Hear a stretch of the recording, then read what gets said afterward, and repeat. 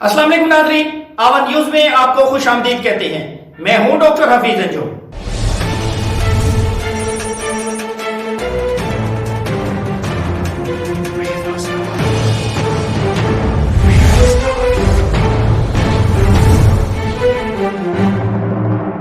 डेरा Ghazi Khan colony mafia का राज। वजीर आला पंजाब सरदार उस्मान अहमद खान बुजदार के आबाई इलाका डेरा गाजी खान में कब्जा ग्रुप का राज। पटवारियों के साथ मिलकर खूह कोड़ेवाला और खूह रनवाला में खाता नंबर 23 का इंतकाल देकर कब्जा खाता नंबर 4 में दे दिया।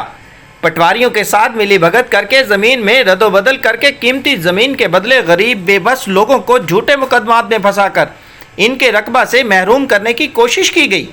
तफसीलात के मुताबिक मुल्तान रोड पर वाक़े गुलबर्ग टाउन, जो कि खूह कोड़ेवाला और खूह रनवाला पर बनाया गया है, वहाँ के रिहायशी अकबर सरकानी वगैरह ने बताया कि ये हमारा रकबा हमारे आबो अजदाद का है।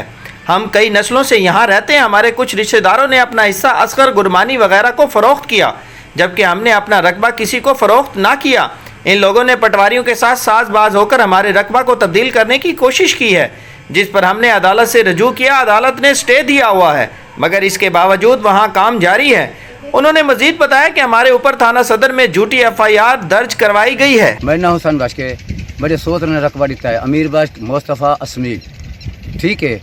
ये सईद का नहीं दिता, मजीद का नहीं दिता, गुलाम अकबर का नहीं दिता, मेरा भी हिसाब बच्चा पाए, मैं का नहीं दिता, असगर गुरमानी को नवाज दिते, सैफुल्ला दिते, इन्हें का नहीं दिता, अमानुल्ला दिते, ठीक है। ब्याह रकबा बच्चा पाए हूँ इतने राबत है। ब्याह दौरान फैसला था, दुआ खैर दिया क्या ने भाई तक पल इहो रास्ता चारा दे खातर, ये चारा बधे पान अगते वजण दे खातर इतने राबत है।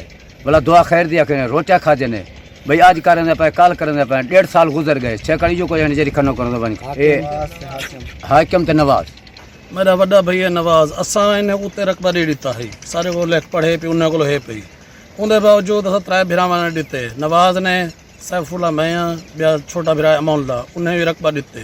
उन्हें बाद तले मजीद का रकबा बजदा पिया।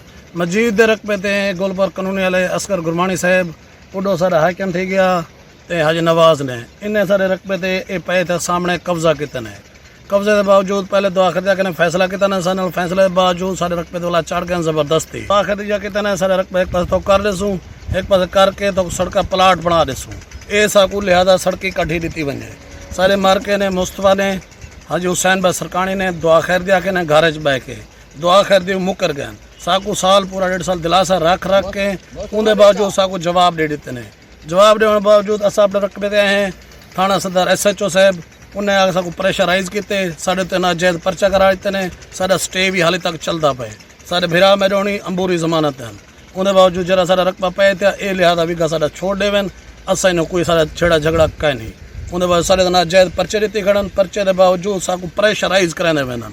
स्टे भी सारे चलता पे, सारे केस अदालतें चलता पे। उनके बावजूद सारे तो सारे कब्जे कराने वेंदन। कब्जा एक ग्रुप हैं सारे। सारी अपील है DPO साहब को, RPO साहब को, वज़ीर आज़म साहब को, वज़ीर आला साहब को साकू इंसाफ मिलिया वने। असा अदालतें भी फिरते खड़े, जेदे करो फिरते खड़े। ये ज़बरदस्ती मुतमैन कर हाकिम खां गुरम थी गया सरकानी, हाजी नवाज सरकानी थी गया, गुरमानी साहब थी गया।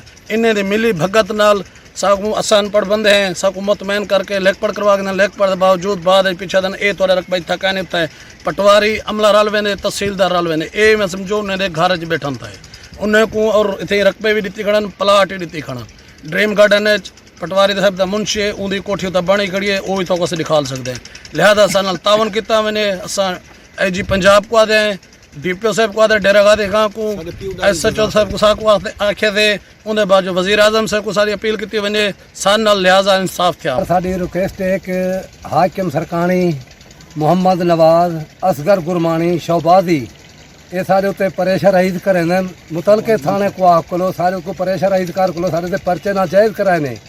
असा 3 बंजे सारे पिछो बेफरीक भी हैं। असा जदात नहीं बेची, यो रकबा सारे अदालतें केस ही चलते पे। मौजा वडोर सिंधे गोलबर्ग का हवाला बेचे 4 खाता है। सारा सटे भी चलता पे, सारी अदालत ही नहीं थी पी, सारा हिरासमेंट भी थी पी।